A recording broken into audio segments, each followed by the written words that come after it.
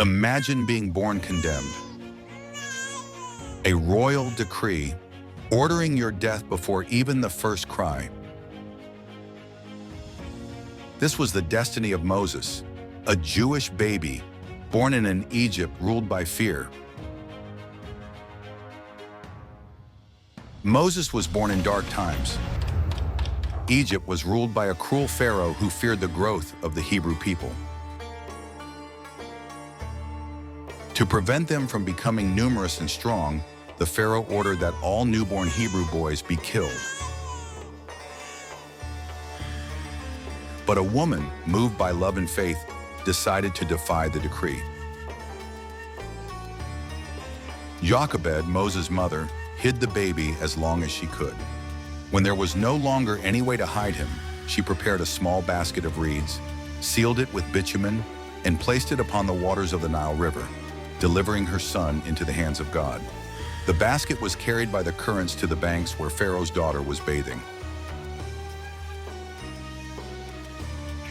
Upon seeing the crying child, she was moved. Without knowing that the baby was Hebrew, she took him as her own son and named him Moses, which means drawn from the waters.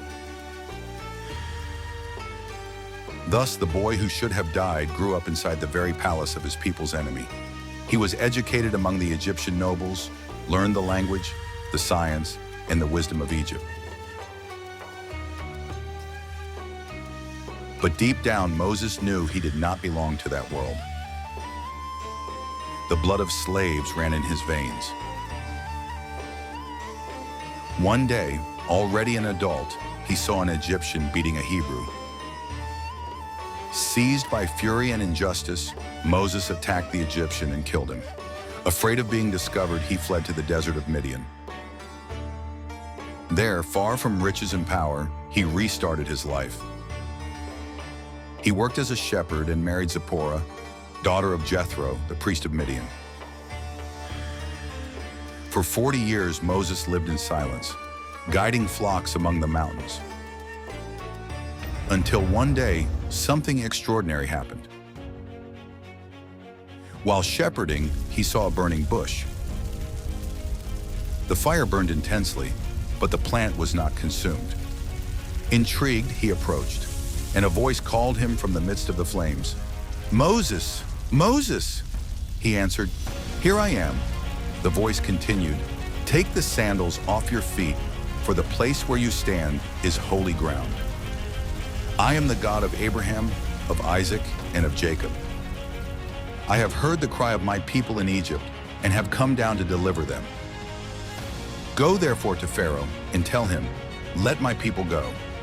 Frightened, Moses tried to refuse the mission. He said he had no eloquence, that no one would listen to him, but God promised to be with him and gave him signs and power. Moses then set out back to Egypt. Before Pharaoh, he proclaimed the words of the Lord. "Thus says the God of Israel, let my people go." But Pharaoh became enraged and hardened his heart. He refused to free the slaves. Then the plagues began. The waters of the Nile turned to blood. Frogs covered the land. Lice, flies, and plagues devastated Egypt. Animals died. Boils covered bodies. Hail destroyed crops. Locusts consumed what remained, and thick darkness fell over the country. Even so, Pharaoh resisted. It was only after the 10th plague, the death of the firstborn, that he yielded.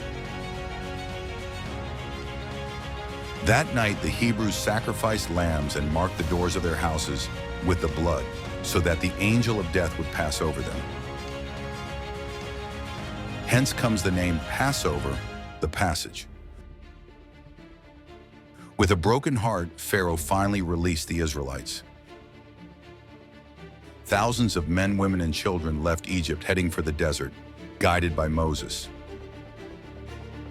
But soon Pharaoh regretted it and sent his army after them. When they reached the Red Sea, the people fell into despair. Before them, the sea, behind, Pharaoh's soldiers.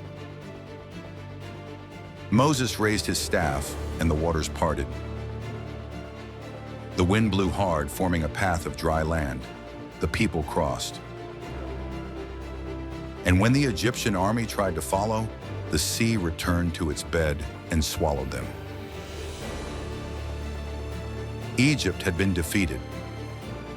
The people were free.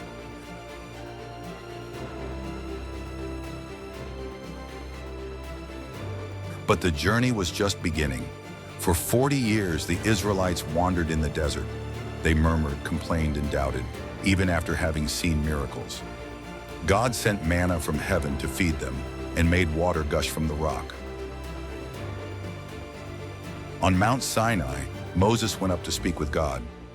There, amidst thunder and fire, he received the tablets of the law, the 10 Commandments, which would become the foundation of faith and morality for generations.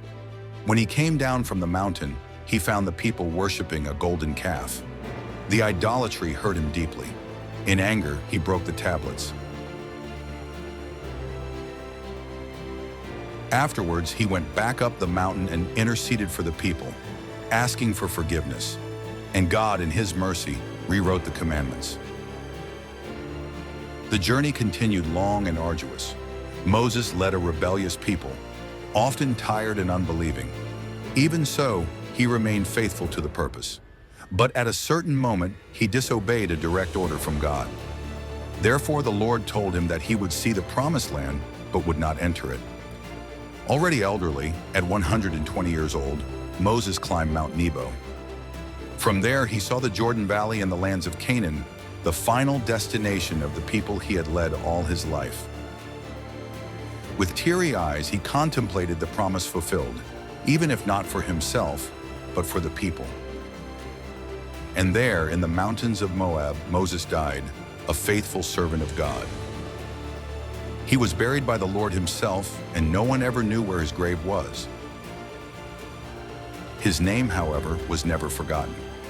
Moses became a symbol of faith, courage, and liberation. The man who faced the most powerful empire on earth, armed only with a staff and the word of God. The prophet who saw the invisible and believed in the impossible. The story of Moses is the eternal reminder that when faith is true, not even the sea can remain closed.